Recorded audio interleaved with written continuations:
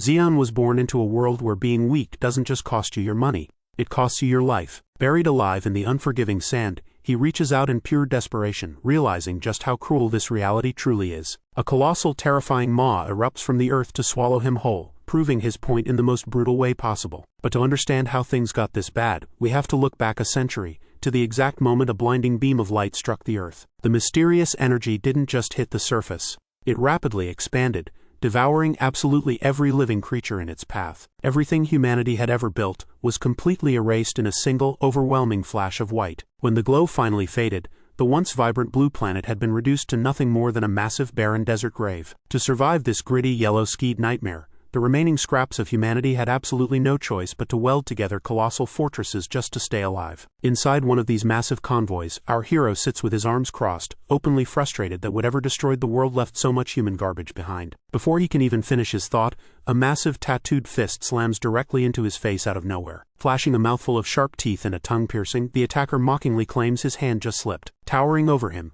the blonde thug sarcastically demands to know his victim's name so he can offer a proper apology. Glaring up at the giant with absolute defiance, he finally speaks up, revealing his name is Xian. Cruel laughter erupts across the vehicle as the brute mocks Xian for only having a first name, calling him a fatherless bastard. Xian stays dead silent, his eyes darkening with cold fury as he reveals that every single piece of trash on this mind-bound bus shares one fatal flaw. Slapping a heavy arm around Xian's shoulders, the blonde thug aggressively demands to know what crime landed him on this transport, since it's obvious nobody here is actually holding a pickaxe. Completely unfazed by the heavy arm weighing him down, our hero just lowers his gaze and coldly starts rattling off the brute's likely rap sheet, calculating whether it was assault, fraud, or theft that turned him into a fugitive. But instead of answering, our boy snaps his fist upward, delivering a brutal, bone-crunching strike straight to the bully's jaw. The sheer force of the blow sends the massive thug hurtling backward down the narrow aisle, leaving the rest of the passengers absolutely stunned. Rising slowly to his feet, Bro glares down at the crumpled giant and coldly offers to correct the man's wild guesses about his criminal record. With a dark, piercing stare, he makes it terrifyingly clear that he's on this bus for murder. That dark memory hits him instantly,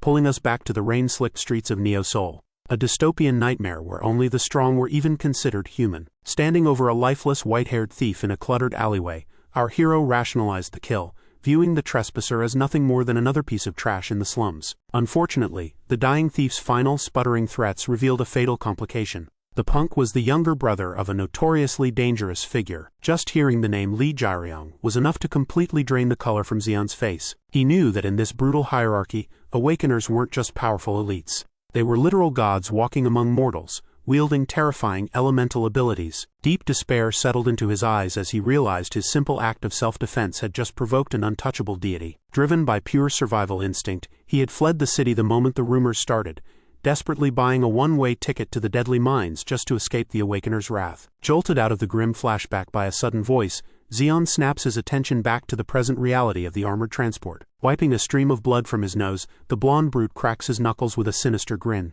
signaling that his little power nap on the floor is officially over. Staring down at his suddenly bleeding hand, Xian barely has a second to process the impossible before a massive fist connects with his face. The sheer force of the strike launches our hero backward, sending him tumbling head over heels down the narrow aisle. Crashing hard against the metal floor, he lets out an agonized scream as the impact rattles every bone in his body. Looming over him, the blonde brute casually cracks his knuckles and taunts that they're both here for the same dark purpose. But Xian just made a fatal mistake. Absolute terror grips our boy's face as the horrifying realization sets in.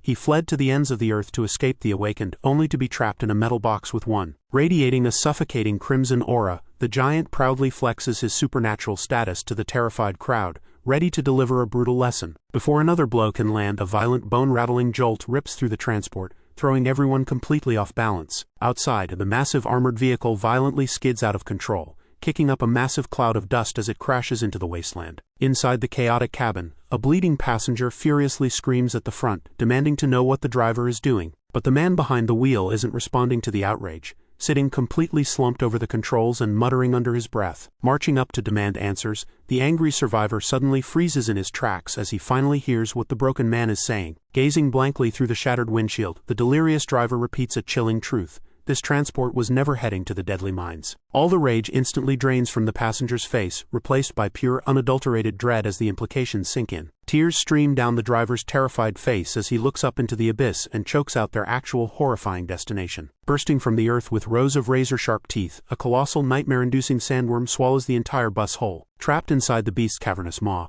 the doomed passengers are violently tossed around like rag dolls in a storm of twisted metal. Plummeting into the dark abyss, our hero's life flashes before his eyes, and the memory hits him. A bitter realization that his existence has always been a repeating loop of misery. Back when he was just a starving kid in the alleys of Neo Seoul, he learned that being crushed by awakened or swallowed by monsters was just the natural order of things. Even as the memory fades into the crushing reality of the monster's stomach, Zeon accepts the cruel rule of this world. The strong devour the weak without hesitation. A single tear mixes with the grime on his face as the grim truth settles deep into his bones. Reaching desperately toward the fading light, our boy curses his own powerlessness, blaming his impending doom entirely on his own pathetic weakness. The massive jaws snap shut, plunging him into pitch blackness while he bitterly mocks his own cliché fantasy of somehow being strong enough to survive this nightmare. Silence falls over the suffocating darkness, leaving only a single motionless hand protruding from the beast's internal dunes. For a long, agonizing moment, everything is completely still, until the loose earth around his buried fingers begins to subtly shift. Blood drips from his battered knuckles as the granular surface trembles, threatening to drag him even further into the abyss. Without warning, the ground gives way entirely, forming a treacherous sinkhole that violently sucks his remaining limb down into the depths. But deep within that suffocating grave, a spark ignites, and Zeon's golden eyes snap wide open with terrifying clarity. Exploding upward through the heavy soil, Bro breaches the surface like a drowning man, desperately hauling oxygen into his burning lungs. Covered in filth and trembling from the sheer shock of survival, he clutches his chest, struggling to process the fact that his heart is still beating. Something impossible is happening beneath his skin. A blinding, mysterious energy surges through his very skeleton, rewriting his nervous system from the inside out. Suddenly, current condition of the world flashes in his mind. The first thing Zeon sees is a massive broken stone face half buried in the endless dunes. His golden eyes widen in absolute disbelief while his racing heartbeat drowns out the silence of the desert. Rising from the barren landscape is the rusted, shattered skeleton of the Eiffel Tower, a grim monument to a fallen civilization. Beyond it lies an entire metropolis swallowed by the earth, shadowed by a colossal dark obelisk piercing the dead sky. The sheer scale of the devastation reflects in our hero's trembling pupils. Colossal chunks of ancient architecture drift and crumble through a sickly golden atmosphere, defying gravity itself. Breath escapes his dirt-caked lips in ragged gasps, completely unable to articulate the nightmare unfolding before him. This isn't just a localized disaster. The entire planet has been fractured, ringed by a catastrophic halo of its own debris. Suddenly, a blinding flash of raw energy mirrors in his gaze, snapping him out of his paralyzed stupor. Channeling the mysterious power now coursing through his veins, Bro thrusts his hand forward and unleashes a devastating sandblaster. That torrential beam of force slams directly into a gargantuan subterranean worm that erupts from the wasteland to claim him. Foul dark blood splatters across the jagged rocks as our guy makes a silent ironclad vow to stay alive. Drenched in the monster's viscera, Zeon stares down at his own trembling hands, acknowledging the cursed reality of this sand-drowned planet. Standing tall amidst the relentless dust storms, he refuses to let this apocalyptic hellscape become his grave. With a fierce, unnatural glow igniting in his eyes, he makes it clear. He won't just survive this new world, he'll conquer it. Staring up at the colossal, gaping maw of the subterranean beast, Zeon screams his defiance into the wasteland. A sudden, rhythmic pulse echoes through his veins as raw energy crackles around his arms, every cell in his body responding to the threat. Clenching his glowing fist, our hero realizes this isn't just an adrenaline rush. It's a full-blown awakening of his latent power. But the monstrous worm doesn't care about his power-up, rearing its grotesque head as foul liquid drips from its jaws. With a deafening roar, the creature lunges straight down, aiming to crush the tiny human under its massive weight. Instead of running, Bro holds his ground right in the shadow of those razor-sharp teeth,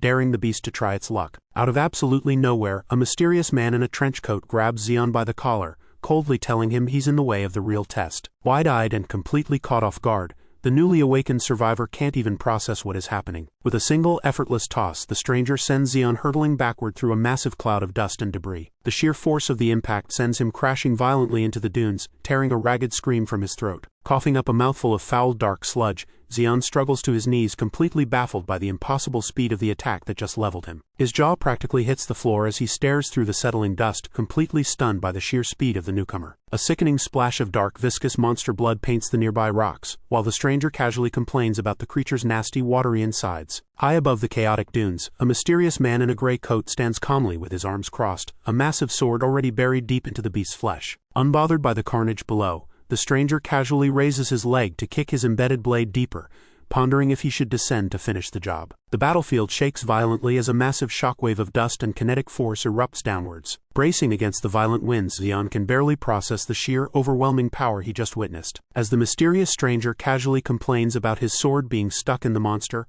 our hero realizes he's looking at a true awakened. Out of nowhere, a blue-haired woman pops up beside him, cheerfully introducing the powerhouse as their captain, Jang Yongbum. Leaning in close, she boasts about her captain's record-breaking speed, leaving our boy completely bewildered by her sudden silent arrival. Yet while he marvels at Yongbum's incredible strength, a sudden terrifying realization hits Xian. His own bandaged arm is turning freezing cold. Unbothered by the dead worm, the captain sternly addresses the cheerful girl, calling her Giselle as she clings tightly to Bro's freezing arm. Yongbum shoots her a deadpan serious glare, clearly not in the mood for games. He flat out orders her to cut it out, but Giselle just laughs, squeezing her new toy even tighter. With a cheeky grin, she throws up a playful salute, completely ignoring the gravity of the situation. In a flash, her demeanor shifts, and she abruptly yanks Xian backward off his feet. Before he can even react, she effortlessly overpowers him, pinning him hard against the dirt. Treating it all like a game show, she holds up his afflicted arm, demanding a drumroll to guess his rank and ability. However, as she dramatically reveals his bare skin, her playful excitement instantly evaporates into pure confusion. Staring at the trembling, battered survivor, she stammers out a shocking truth to her captain.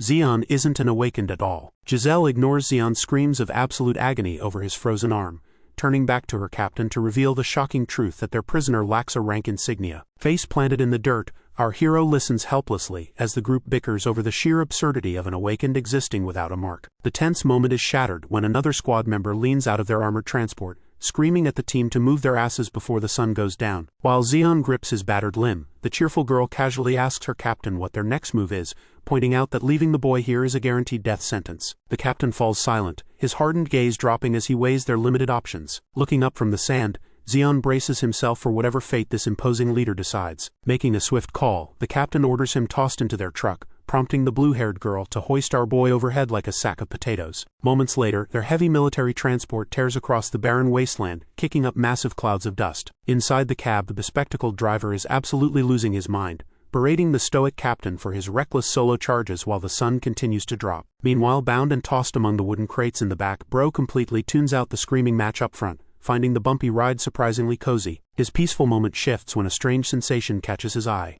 A tiny stream of sand swirling unnaturally close to his face. Without him even moving a muscle, the loose grains gather and harden into a sharp, solid spike right beside his head. Sitting up and staring at his bound hands, a quiet realization washes over him. He really has awakened a genuine ability to manipulate the earth. That still leaves one massive question. If he's truly awakened, why couldn't anyone see his rank insignia back there? Squinting closely at his own skin, the answer finally clicks. The faint parallel lines of his mark are perfectly camouflaged, matching the exact color of the desert sand. Mentally reviewing the rules of this world, Xian recalls that an awakened's rank insignia always glows with a specific color based on their affinity. For instance, those blessed with magical abilities project a bright blue aura. Meanwhile, pure physical powerhouses radiate a fierce crimson light. There are always rumors of rare, anomalous affinities breaking the mold, but his situation is entirely unprecedented. A power that bends the very desert to his will is something completely unheard of in modern history. Even though his hidden mark technically registers as a rock-bottom F rank,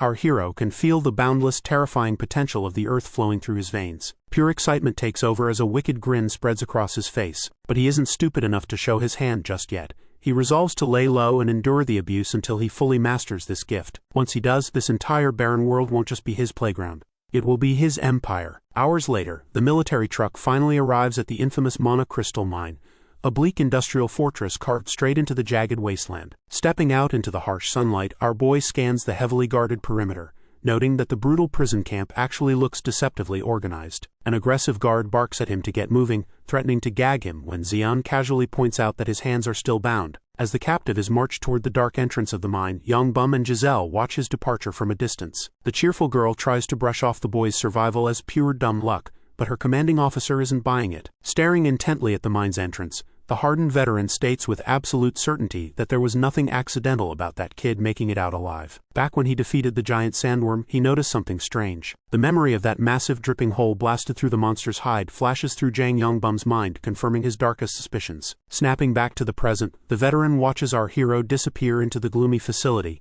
regretting not asking for a name but absolutely certain their paths will cross again. Stepping past the entrance, our boy finds himself in a completely different world. A sprawling, dimly lit underground settlement teeming with miners and merchants. The massive cavern echoes with the clatter of plates and loud laughter, revealing a fully functioning subterranean society. Our hero casually remarks on the lively atmosphere, earning him a gun to the face from an aggressive guard who barks at him to shut up and wait for the supervisor. But when the hothead actually turns his back to leave, Bro genuinely asks if he's just going to walk away, prompting another furious death threat. Pointing out the obvious security flaw, Zeon asks what happens if he tries something, only for the guard to laugh off the idea that a bound captive could pose any real danger. Muttering under his breath, Zeon decides to take advantage of the freedom to hunt down some food, until something catches his eye. Wandering over to a nearby street stall, he politely gets the attention of an elderly vendor busy grilling up some steaming meat skewers. Suddenly his golden eyes widen as he spots a piece of local decor. Plastered on the wall is a bright propaganda poster,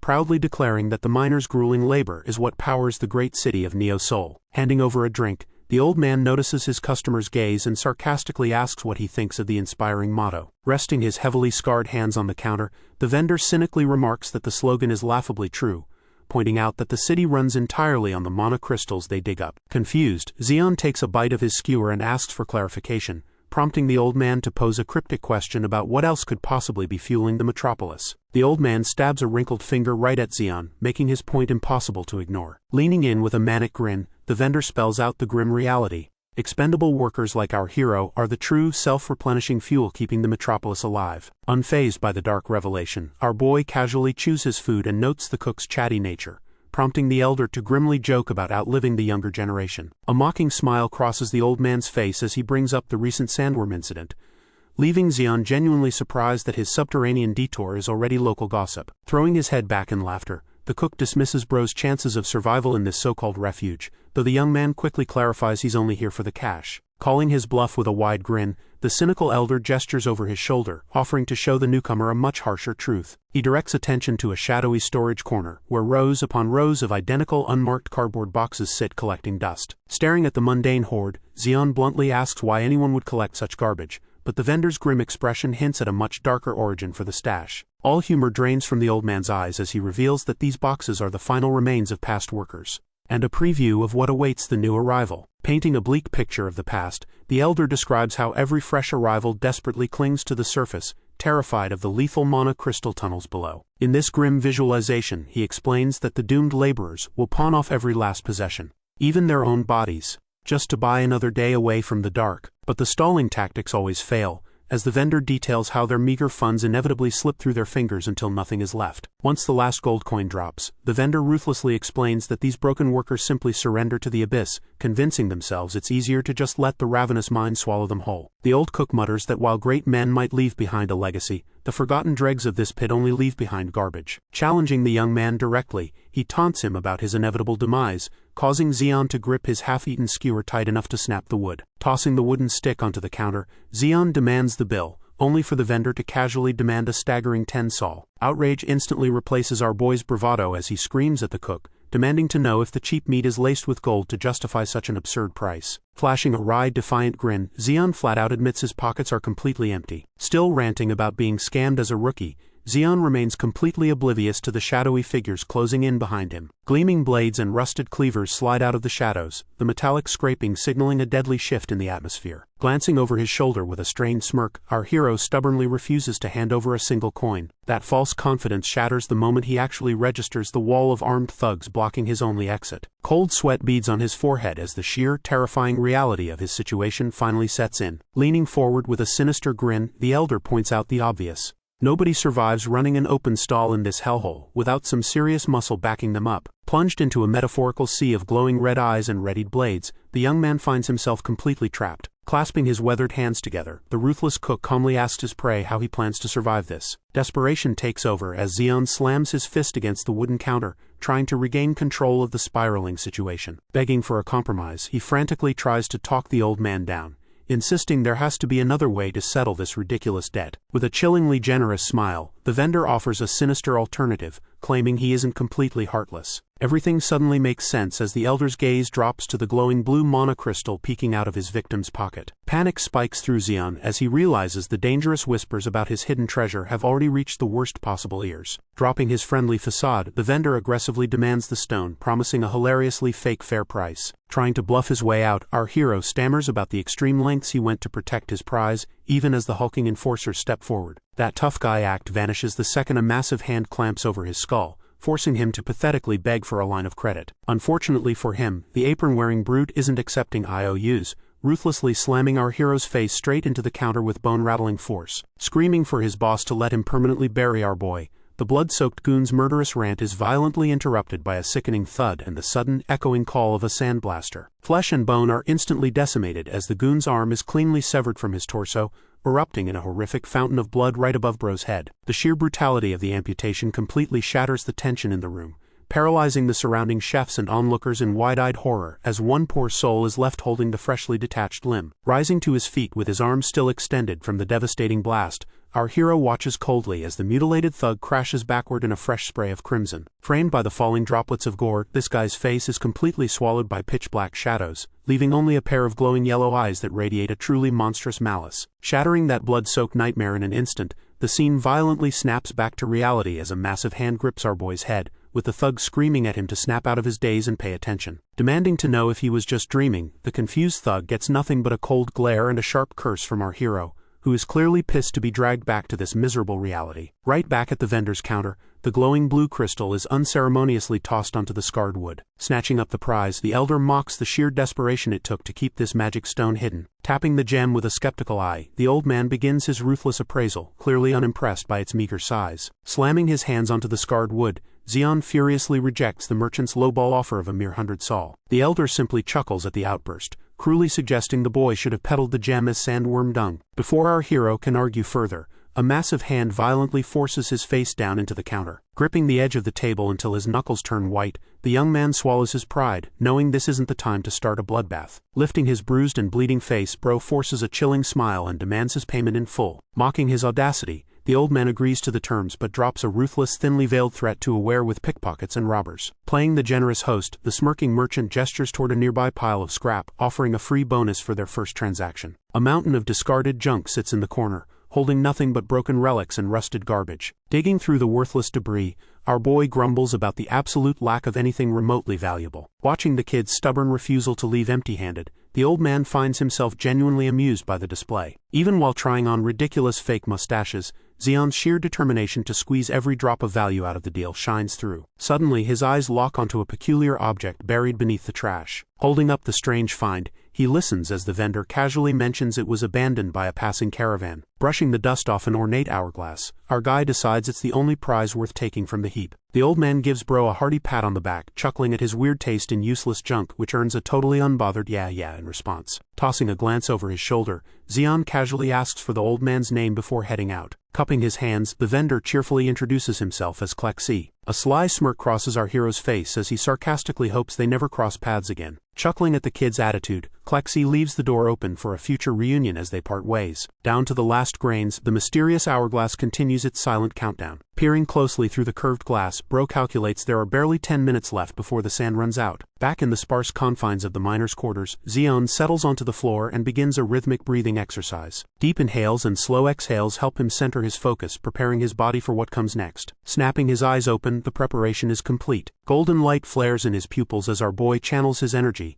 commanding the ancient relic to react. But the artifact remains completely lifeless, leaving his glowing reflection staring back in dead silence. Scratching his head in pure frustration, Zeon realizes the trinket has absolutely nothing to do with his recent awakening. Resting his chin on his hand, he tries to make sense of it, absolutely certain he has never laid eyes on the object before today. Yet despite its ordinary appearance, an undeniable instinct tells our guy that this specific item was left behind just for him. Staring into the distorted glass, he wrestles with a bizarre, conflicting sensation. A pull that feels both entirely alien and deeply familiar. Just then, without warning, the door violently flies open as a massive bearded brute storms into the room, screaming for the new arrival. The enraged intruder introduces himself as Park Manhwa, furiously demanding to know why our hero hasn't dragged himself down to the mines yet. Unfazed by the massive fist hurtling toward his face, Zeon calmly corrects the man's insults and points out that nobody actually gave him directions. Mano's brutal strike connects with overwhelming force, launching our boy backward through the air. Trembling with rage, the muscular overseer clenches his fist even tighter, completely unhinged by the kid's defiant attitude. Lunging forward, the brute delivers a crushing downward blow, violently ordering the rookie to keep his mouth shut. A merciless barrage of heavy stomps rains down on the defenseless teen as Manhwa screams about being disrespected by a mere novice. Through the relentless physical and verbal assault, the overseer mocks Bro for being unawakened trash who deserves nothing but pain. Abruptly cutting the beatdown short, the attacker catches his breath and barks a final order for the battered kid to fall in line. Bruised but far from broken, Zeon slowly forces himself back to his feet under the watchful eye of his tormentor. Wiping the blood from his face, a dark determination settles in his glowing eyes as he silently vows that Park Manhwa will be the first person he kills. Sometime later at the Sector 3 mine entrance, the grim reality of this underground industrial prison comes into full view. Marching his new captive over to a bearded worker, the overseer aggressively demands that the rookie be outfitted for the tunnels immediately. As the worker straps a safety vest onto our hero and explains the harsh wage deductions, Zeon completely ignores the threats and simply asks how much he's getting paid. Adjusting his oversized hard hat, Zeon's blunt interruption leaves the veteran miner awkwardly stumbling over his own orientation speech. Out of nowhere, a heavy pickaxe slams directly into the rookie's hard hat, cracking it wide open. Standing over his fallen victim, Park Manhwa screams that the broken gear will come out of his paycheck, while our hero simply mutters that the brute is an absolute idiot. Furious at the disrespect, the muscular overseer barks a new order, demanding the bearded miner take this insolent punk straight to Tunnel 972. Hesitation flickers across the veteran worker's face, but another explosive threat from the boss forces him to grab the kid's shoulder and comply. Refusing to let the unhinged overseer have the last word, this guy cheerfully yells a mocking "screw you" over his shoulder, completely unfazed by Mano's explosive threats about magic stones and bloody murder. Stepping onto a high walkway overlooking the massive cavern, the guide quietly explains that they caught the overseer on a terrible day after a massive gambling loss. Riding the rusted elevator cage down into the abyss, our boy questions the underground economy, learning that this place runs on every vice imaginable. A cynical smirk crosses the teen's face as he notes how profitable those vices must be with fools like Manhwa around, earning a surprised chuckle from his escort. Flexing his hand, the new recruit dramatically complains about his delicate skin bruising easily, prompting a strangely grim response from the older man. Staring into the shadows as the lift finally clanks to a halt, the veteran softly reveals that absolutely no one ever gets injured in this specific shaft. Thick smoke pours from the entrance of shaft 972, painting a deeply unsettling picture of the task ahead. Walking out onto the rocky floor, Bro assumes it's just a quick gathering job, only to be bluntly told that he isn't going to return. As the heavy metal gate slides shut, the guide confesses that over a dozen workers have vanished into this exact cavern without a single trace. Rising back toward the surface, the older miner peers down at the stranded kid, offering a heavy apology mixed with genuine gratitude. Guilt washes over the man's weathered face, deeply thankful that this fearless newcomer is taking the doomed shift so no one else has to. Left completely alone in the pitch-black tunnel, Zeon screams up at the ascending elevator, the horrifying realization finally hitting him that every single missing worker died down here. Staring up at the retreating metal cage, our hero can hardly process the fact that he's actually been abandoned in this death trap. The shock quickly morphs into explosive rage, and he violently swings his pickaxe, cursing the overseer for throwing his life away over a petty bad mood. But his furious outburst is cut embarrassingly short when the heavy tool slips right out of his grip. Panic instantly replaces his anger as he desperately reaches out, watching his only weapon bounce away into the suffocating darkness. Now completely defenseless, the teen finally takes a good look around the massive, mist-filled cavern, trying to make sense of his bizarre surroundings. It doesn't take long for him to recognize that the thick fog isn't natural. It's pure, highly concentrated mana, something the ordinary miners wouldn't have even been able to sense. Covering his face as the pressure intensifies, Bro realizes that any normal human would have already suffered a fatal mana overload, leaving him to wonder what monstrous source is producing all this energy. Suddenly, something in the hazy distance catches his eye, snapping him out of his deep thoughts. Lying abandoned on the rocky floor is his missing pickaxe, bringing a brief wave of relief to the stranded kid. Stepping up to his recovered gear, he tries to stay optimistic, brushing off the fact that the handle is completely snapped in half. His brief moment of comfort vanishes in a split second when the ground beneath his boots completely gives way, plunging him backward into a swirling vortex of red mist. Pure terror widens his eyes as gravity violently yanks him into the abyss. Tumbling headfirst into the void, our boy screams out in horror, suddenly realizing that this isn't just a sinkhole. It's an active portal. With a final echoing thud, his dislodged hard hat plummets past the broken tool, leaving the silent cavern completely empty once again. Plunging deeper into the abyss, the only light left fades as he is swallowed by the dark. The terrifying descent forces his life to flash before his eyes, dragging him back to a miserable childhood where adults whispered about the abandoned orphan freezing in the rain. Memories of brutal beatdowns flood his mind, recalling the desperate days when he was stomped into the dirt just for stealing a scrap of meat to survive. Running for his life became second nature, constantly fleeing from furious thugs while secretly wishing for a future that wasn't just about basic survival. Then comes the darkest memory of all. Standing paralyzed over a lifeless body in a grim alleyway, hunted by ruthless enemies promising to end his pathetic existence. Tumbling endlessly through the crackling void, those haunting voices echo in his ears, reminding him of a time when every waking moment was spent dodging death. Reaching out into the empty darkness, our hero realizes that beneath all the trauma and running, all he ever truly wanted was a quiet, ordinary life. Jolted out of the tragic visions by a harsh impact, he finally hits solid ground, lying unconscious on a smoking rocky surface. Groaning in pain, Xian slowly pushes himself up, immediately noticing the suffocating, unnatural heat baking his skin. His fingers brush against the scorched earth, leaving dark streaks as he realizes the entire floor is coated in a thick layer of sizzling ash. Sweat pours down his face while a low rumble vibrates through his boots, sending a fresh wave of panic straight to his core. Connecting the dots, Bro stares upward in absolute horror as the grim reality sets in. That swirling sinkhole wasn't just a cave-in, it was a gateway. A massive fiery landscape stretches out before him, confirming his absolute worst nightmare. He has been dropped straight into an active high-level dungeon. Before he can even process the sheer scale of the volcanic wasteland, a sudden geyser of scorching steam erupts right next to him. Scooping up a smoking chunk of rubble from the cracked earth, our boy instantly realizes his mistake as the superheated stone sears his bare palm with a nasty hiss. Yanking his hand back with a sharp curse, Xian drops the scorching stone as the blistering heat finally registers. Blowing desperately on his seared fingertips, our hero faces the grim truth. This isn't a nightmare, but a lethal zone that even the elite forces of Neo's soul would dread entering. The dark soot coating his skin tells a terrifying story.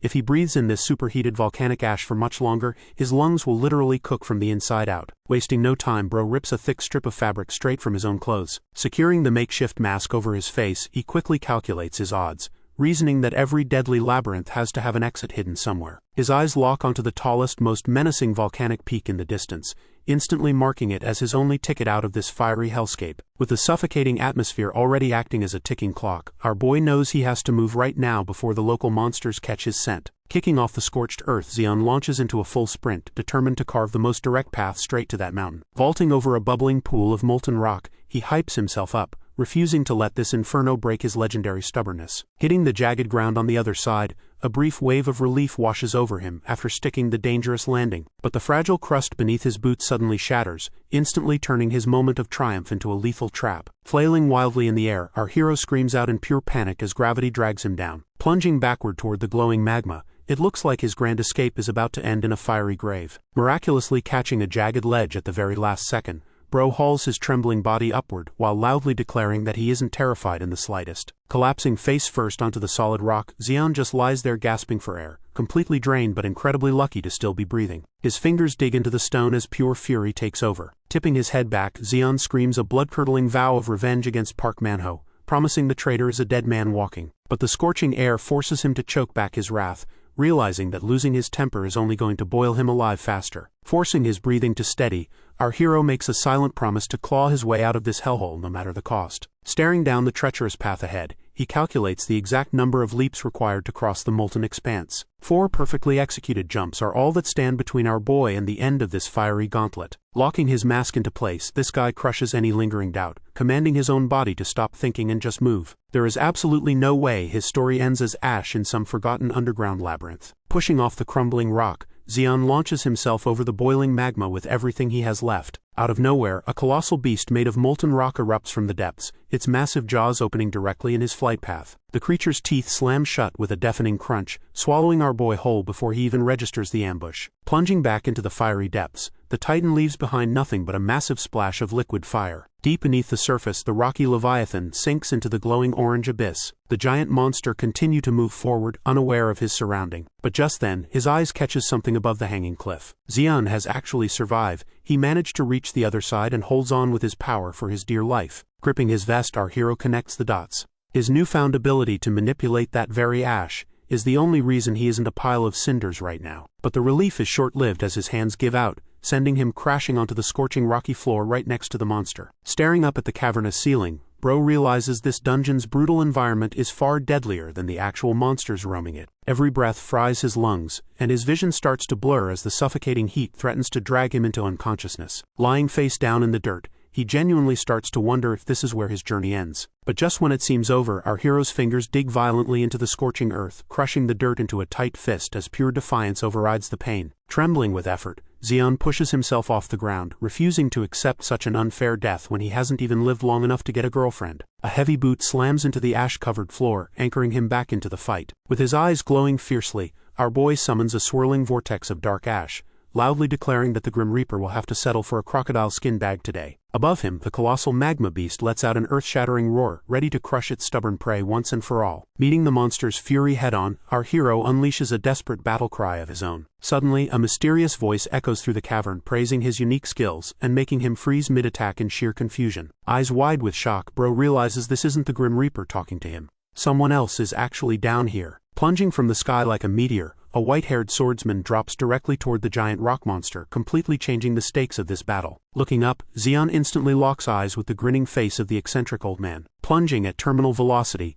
the white-haired swordsman doesn't look terrified. He looks absolutely thrilled. Mid-air, a calloused hand tightens its grip around the hilt of a massive blade. With terrifying momentum, the mysterious fighter swings his weapon straight down toward the cavern floor. Realizing he's right in the blast zone, our hero throws his arms up and braces for the inevitable impact. A blinding pillar of white energy detonates upon contact, instantly vaporizing the terrain and launching the boy backward. The sheer force of the strike tears the dungeon apart, sending massive chunks of rock hurtling through the air. Shockwaves continue to rip through the cavern, turning the battlefield into a chaotic storm of dust and destruction. Caught completely helpless in the hurricane of debris, Bro screams as he's tossed around like a ragdoll. Pinned to the dirt, Xion clutches his head in agony, his eardrums completely blown out as he tries to process what kind of monster that Grandpa actually is. Panic suddenly overrides his confusion.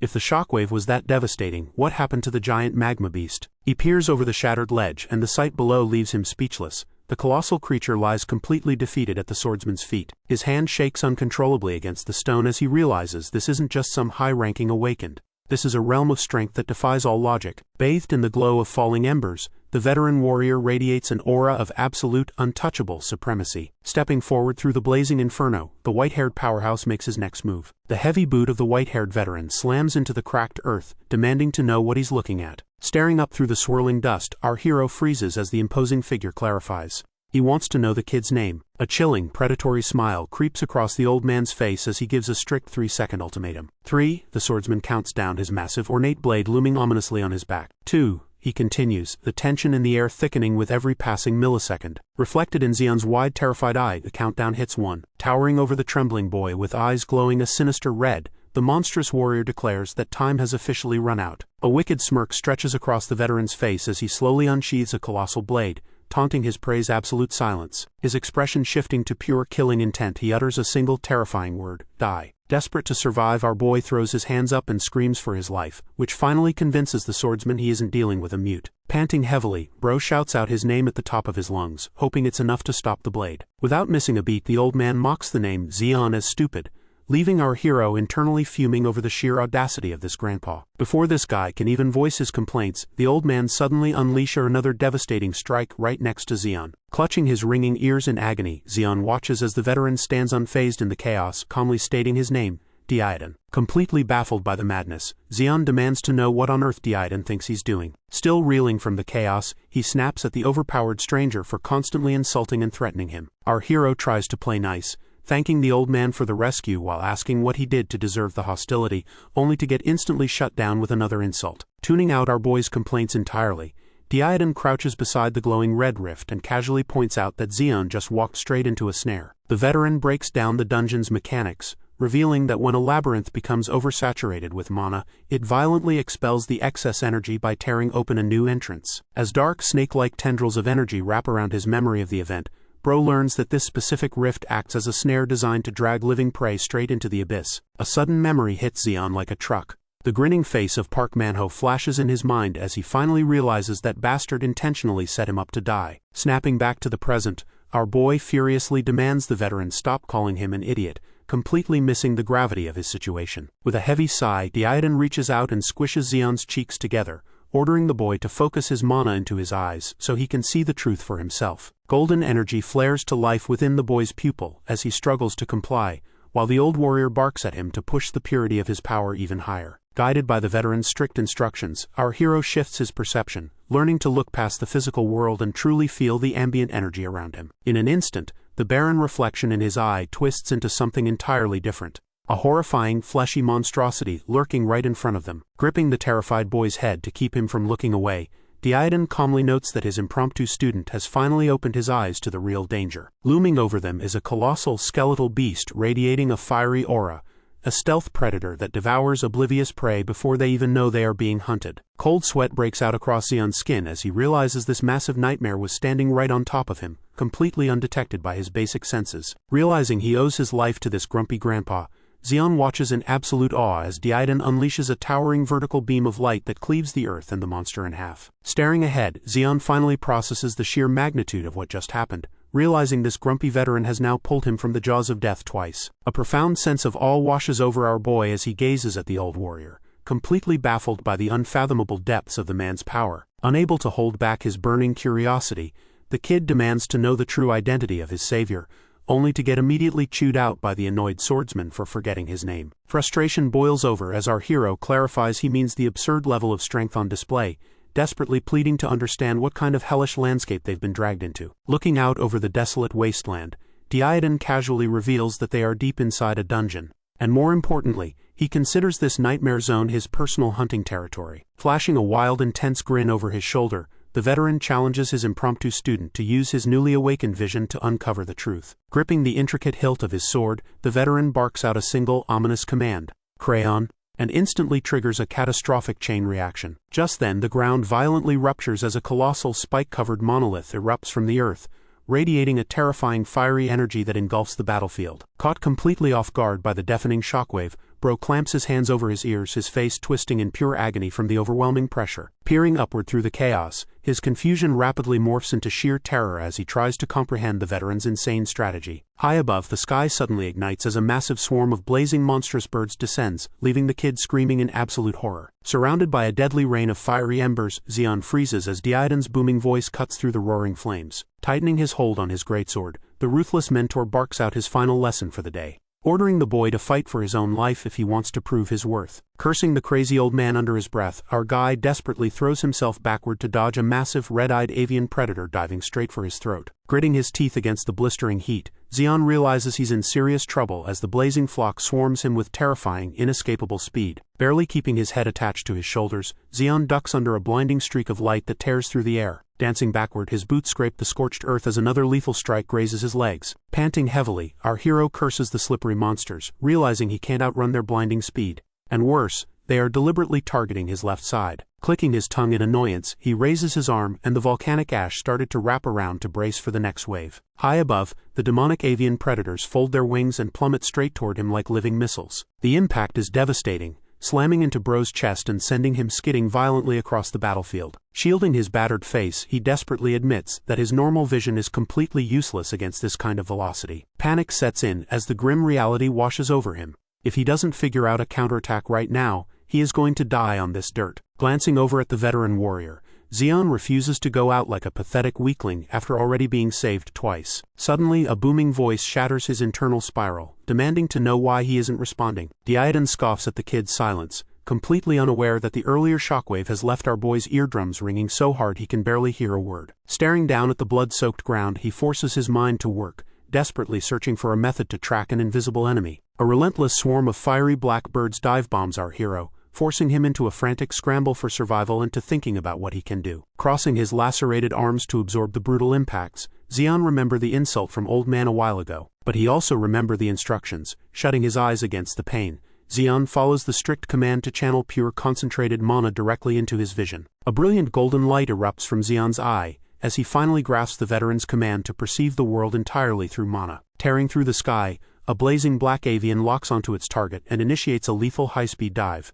At the last possible second, our hero slips past the explosive impact and forms a ash barrier. Surrounded by the scorching inferno, Bro keeps his glowing gaze locked forward, tuning out the heat to sense the raw magical signatures around him. The battlefield shifts into an abstract web of glowing red energy lines, mapping out the perfect trajectory for a close-range counter. Trusting this new sight, Xion steps into the strike zone and shatters the incoming beast with a flawless punch, completely baffled that the crazy advice actually worked. As the fiery aura dissipates around his fist, Xion realizes the old warrior had calculated this exact sequence of events from the very beginning. But the awe is cut short when a colossal magma-infused crocodile erupts from the earth behind him, prompting Diodan to launch himself directly at the towering threat. Roaring with maniacal laughter, the veteran unleashes a blinding wave of light from his blade, absolutely thrilled to finally face a real challenge. With a single devastating motion, the sheer force of the slash cleaves straight through the monstrous reptile and carves a massive trench into the terrain. Consumed by the adrenaline rush, the old man flashes a deranged grin, his eyes glowing as he demands even more carnage. Without missing a beat, he hurls himself back into the fray, daring the towering behemoth to push him to his absolute limits. One final, earth-shattering swing connects, obliterating the creature's rocky exterior and reducing the giant threat to flying debris. Surveying the crumbling remains, the bloodthirsty mentor sighs in pure disappointment at how quickly the monster folded. Lowering his weapon, Diodan glares down with terrifying intensity, proving exactly why he exists on a completely different level. Standing amidst the ruined landscape, the old veteran throws his head back and loudly complains that the dungeon's pathetic inhabitants barely served as a warm-up. Covered in scratches and blood, our boy can only stare up in pure disbelief, actually finding himself pitying the slaughtered beasts. Taking in the sheer scale of the massacre scattered across the scorched earth, Xion is left completely speechless by the veteran's monstrous strength. A fragile smile finally breaks across his bruised face, desperately hoping that the worst of the danger has finally passed. But that brief moment of peace shatters instantly when a deep rumble shakes the ground, wiping the relief right off our hero's face. Without warning, a massive eruption of fire and jagged debris violently tears through the battlefield. The sheer concussive force of the blast sends the young hunter flying backward, his teeth gritted against the agonizing impact. Hitting the dirt hard, Bro struggles onto his hands and knees, violently hacking up dust as he tries to catch his breath. Looking up through the haze, he finds Diodan standing completely unfazed, calmly explaining that the shockwave was merely the dungeon boss announcing its presence. As colossal, scale-covered claws step out from the fiery wreckage, the mentor makes it clear that every dungeon harbors a core entity like this one. A towering, shadowy behemoth unfurls its wings in a storm of blue flames, and the old man proudly declares that this exact creature is his true target. Paralyzed by the overwhelming pressure radiating from the beast, Xion stares up in absolute terror at the nightmare looming over them. In stark contrast, a wicked, menacing grin stretches across Diodan's face, his blood pumping at the prospect of a genuine fight. The monstrous crimson drake fully hauls itself out of the molten chasm, casting a massive shadow over the two humans below. Still reeling from the reveal, Xion questions if they are facing a true dragon, but the veteran casually crosses his arms and clarifies it's merely a B-rank drake, though still a formidable threat. Staring at the blinding light erupting from the ground, Xion finally pieces together exactly what a B-rank classification actually means. Projecting a massive aura, the beast unleashes a terrifying pressure that our boy instantly recognizes as a high-tier monster's field. Amused that our hero even knows what a field is, the veteran plants a heavy hand on his head, while Xion drops some crucial lore. Any beast B rank or higher actually develops unique human-like traits. With the colossal drake charging up a sinister blue energy right in front of them, the crash course continues. These monsters are classed exactly like awakened humans, meaning a red aura signifies a pure close-quarters brawler. As a massive block of solid ice suddenly materializes over the scorching terrain, the horrifying reality of a blue field clicks into place. In a terrifying display of power, the behemoth unleashes a catastrophic torrent of freezing energy right over their heads, instantly transforming the fiery chasm into a towering glacier. Clutching his head in absolute panic, our hero screams out in terror at the sheer, overpowered absurdity of a magic-wielding dragon. But Diodan doesn't even flinch. He launches himself straight into the sky, swinging a colossal red energy blade right at the beast's throat. Jaw practically hitting the floor, Bro watches a mountain-sized chunk of ice get cleanly severed in half by the old man's strike. A cold sweat breaks out across the young hunter's face as he realizes every single survival tactic he ever learned is completely useless here. Watching the drake charge a devastating blast point blank, Xion admits that his entire worldview means nothing compared to the monstrous power of his mentor. Crashing down like a meteor, the veteran delivers an earth-shattering slash right between the dragon's glowing eyes. Refusing to go down easily, the colossal predator retaliates, swiping a massive magic-infused claw straight at the airborne swordsman. Meeting the brutal counterattack head-on, the old man swings his blade with enough force to completely deflect the towering appendage. Eyes glowing with a terrifying crimson light, Diodan lets out a battle cry and lunges right back into the fray, completely addicted to the thrill of the hunt. Gathering a terrifying amount of mana, the colossal beast charges a glowing blue sphere of destruction right in the veteran's face. Instead of backing down, Diodan flashes a manic razor-toothed grin. He's absolutely loving this. Surging forward, the old swordsman leaps directly into the beast's jaws, detonating a blinding burst of white energy before the blast can fire. Cackling like an absolute madman, the bloodthirsty hunter mocks the towering drake, asking if that little love tap stung. Tightening his iron grip on the colossal hilt, he promises to personally cure the monster of its misery. With a devastating swing, a maelstrom of red and black aura completely engulfs the predator, as the veteran declares today its official memorial. Down on the ground, our boy is having a complete meltdown, screaming through tears that he's the one about to end up in a coffin. Sprinting for his life, Zeon begs the two apocalyptic titans to just sit down and talk things out like civilized beings. But diplomacy is instantly off the table as a monstrous shockwave erupts from their clash, violently launching this guy backward like a helpless ragdoll. To protect himself, Zeon creates a wall from the volcanic ash, taking the impact head-on. Digging his boots desperately into the cracked earth, he realizes that just standing near this fight is enough to tear a normal person apart. Gritting his teeth against the flying shrapnel, our hero cowers behind a wall, praying he survives the collateral damage. Completely oblivious to his student's suffering, Diodan is having the time of his life, his red eyes glowing with pure unadulterated joy. Riding atop the rearing behemoth like it's a mechanical bull, the manic swordsman asks if this feels like an amusement park ride for the newly named Crimson Drake. A split second later, a monstrous eruption of fire and shattered earth obliterates the terrain, carving out a massive blazing crater with Diodan standing dead center. Back on the crumbling surface, Zeon finds himself completely trapped, surrounded by a deadly force of impact. Panic washes over him as he stares down the lethal hazards, realizing there's nowhere left to run. Cursing his absolute helplessness, our boy grits his teeth, desperately trying to find a way out of this nightmare. Before he can make a move, the force of impact throws Zeon, plunging him backward into a dark crater. Tumbling uncontrollably down the jagged, steep incline, he frantically covers his head to survive the brutal fall. Gravity shows no mercy, pulling him midair directly toward a massive jagged stalagmite waiting to impale him. A sickening tear of flesh cuts through the air as a violent spray of dark blood splatters across our boy's face, the sudden, agonizing trauma hitting him all at once. His vision blurs for a split second before his eyes snap wide open in absolute, unadulterated shock. While he plummets toward a fiery abyss below, a catastrophic clash of titans rages on in the sky above. Laughing off the danger, Diodan flashes a manic grin, screaming at the Crimson Drake to show him some real power. Casually standing atop the beast's skull, the veteran forces its snout into the dirt, mocking the dungeon boss for bowing so easily. Pushed to its absolute limit, the furious predator opens its massive jaws, charging a crackling orb of blinding white energy. Instead of dodging, the old master just smirks, openly praising the monster for finally acting like a proper threat. With a deafening roar, the colossal dragon unleashes a concentrated, devastating beam of pure destruction. The sheer force of the blast triggers a monumental explosion, completely engulfing the battlefield in a blinding flash of white. As the blinding light fades, the colossal beast exhales a thick plume of smoke, convinced its devastating attack wiped out the threat. But a chilling voice echoes from the sky above, shattering the monster's short-lived victory. Tearing through the clouds, a gargantuan translucent blade wrapped in crimson lightning plummets straight into the creature. Caught completely off guard, the massive predator can only widen its jaws in sheer, unadulterated panic. Diodan stands triumphantly atop the beast's snout, driving his ornate greatsword deep into its flesh, while casually mentioning his year-long hunt across the desert. Gripping the hilt with absolute authority, the veteran reveals his true, terrifying motive: harvesting the monster's heart to forge his ultimate weapon. His left eye flares with a sinister crimson glow as he delivers a cold, merciless death sentence. The intricately carved blade sinks even deeper, erupting with a blinding surge of lethal energy. Pinned to the shattered earth, the once mighty dungeon boss is completely overwhelmed by a swirling vortex of blue and red power. Drinking in the creature's life force, the weapon begins to pulse with an intense, violent aura. Every ancient rune carved into the steel ignites, radiating a blinding mixture of pure white and crimson light. Stepping away from the carcass, the veteran glances over his shoulder as the newly empowered blade hovers obediently behind him. Shards of mystical energy orbit the fully awakened weapon, signaling that the brutal forging process is finally complete. Wrapping his weathered hands around the hilt, the old master admires his prize with deep, undeniable satisfaction. A wicked, toothy grin stretches across his face as he praises the blade by name,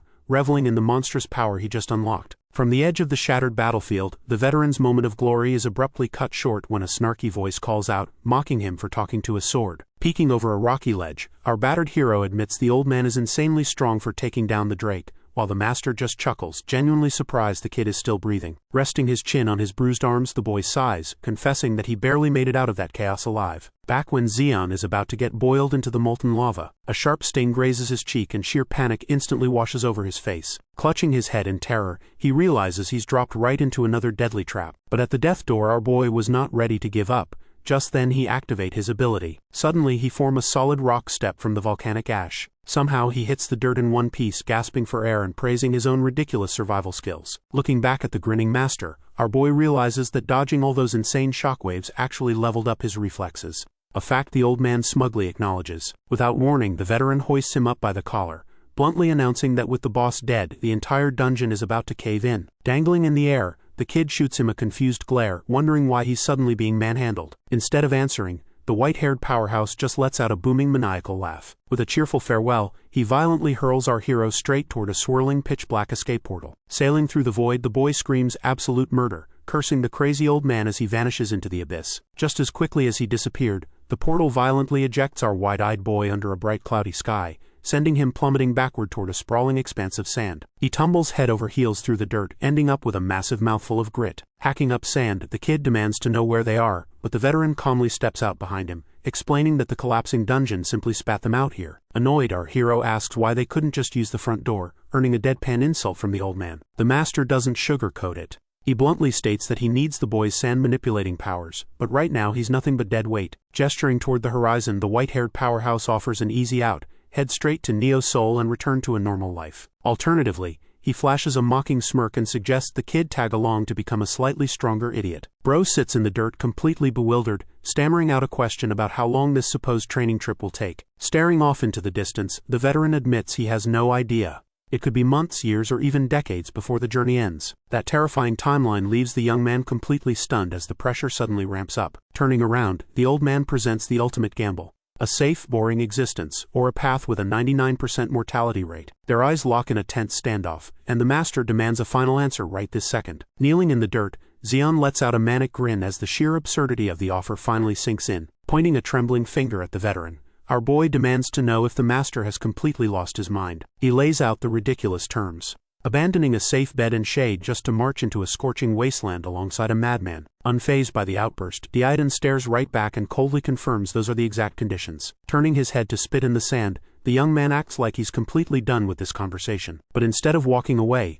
Xion plants his feet behind the swordsman and firmly declares he's coming along. His reasoning is simple. He's got a massive grudge to settle, and right now he's far too weak to claim his revenge. Flashing a dangerously unhinged smile, our hero makes it clear that his list of targets includes the old man himself. Standing before the towering warrior, Xion admits that Diodan possesses an overwhelming power unlike anything he's ever witnessed. The veteran bursts into hearty laughter, mocking the kid's bold words and asking if he's just certain he's going to die. Clenching his fist as sand swirls around him, our boy vows that surviving this journey will make him the strongest person alive. A wicked grin stretches across the master's face as he promises that this arrogant confidence will eventually turn into bitter regret. Without another word, Diodan marches off into the dunes, barking at his new idiot disciple to hurry up, while Xion immediately complains about the insult. Harsh reality quickly sets in as a blinding, oppressive sun beats down through the golden clouds. Barely surviving the grueling pace, a completely drained Xion screams at the old man, desperately begging for a break. Exhausted beyond belief, he struggles to keep up with the veteran's relentless pace. But Diodan doesn't even break his stride, leaving the kid to suffer in the dust. Frustration finally boils over, and our boy screams at the veteran, demanding to know why he's acting like a moody teenager with these silent treatments. The heat is absolutely suffocating, with temperatures easily pushing 50 degrees. Every step feels like sinking into quicksand, and the exhausted teen knows that dehydration or heatstroke is practically guaranteed at this rate. Stopping in his tracks, Diodan finally speaks up, bluntly calling his new disciple a complete fool who can't even tap into a fraction of his own strength. Highlighting the glaring irony, the master points out that our hero has the power to manipulate sand, yet he's pathetically struggling to walk across a desert. Clutching his head, Bro fires back defensively, reminding the old man that he literally just awakened his abilities days ago. Diodan shoots him a cold, unforgiving glare, completely unfazed by the excuse. Desperate to justify his weakness, the rookie insists that he's nothing more than a lowly F rank, nowhere near the master's level. That strikes a nerve, and the swordsman violently yanks Xion by the collar, roaring that a person's rank means absolutely nothing. Getting right in his face,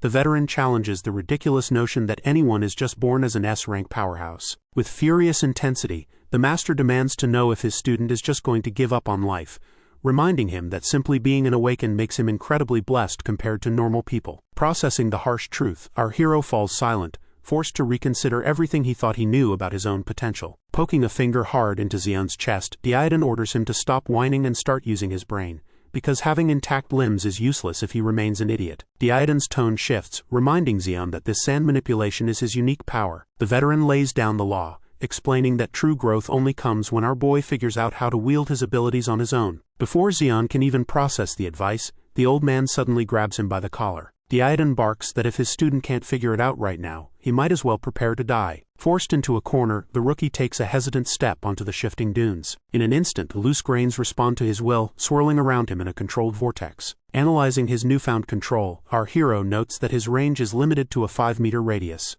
Not great, but workable. His main problem is the terrain itself, as sinking into the deep dunes drains his stamina far too quickly. A light bulb goes off in his head, and he focuses his energy to compress the loose grains into a solid surface beneath his boots. Thrilled by his own genius, the teen practically skips across the desert, finally enjoying a comfortable stroll. But the victory is short-lived, as he quickly realizes this method is burning through his mana reserves way too fast. Refusing to give up, Bro shifts tactics, channeling his energy directly into his legs to make trudging through the wasteland easier. Standing quietly, the swordsman listens as his disciple endlessly mutters to himself, tweaking his technique through pure trial and error. Even when the kid comically faceplants into the dirt, Diodan can't help but respect his relentless persistence. Evaluating Xion's progress, Diodan silently concludes that while the boy's official badge might say F rank, his actual mana control easily puts him in the E or D tier. Finally nailing the technique, Xion stands firm on the shifting dunes, his boots glowing with concentrated mana as he shouts in pure triumph. Sprinting over to his master, the rookie eagerly explains how he localized his energy just to the soles of his boots to make traversing the wasteland a total breeze. Letting the success go straight to his head, our boy sticks his tongue out and starts relentlessly taunting the veteran swordsman about his lack of sand walking skills. That cockiness earns him an immediate skull-rattling punch right to the top of his dome. Standing over the flattened teen, Diodan sighs in absolute annoyance, scolding him for wasting precious stamina on stupid jokes when survival is on the line. But when the kid doesn't twitch,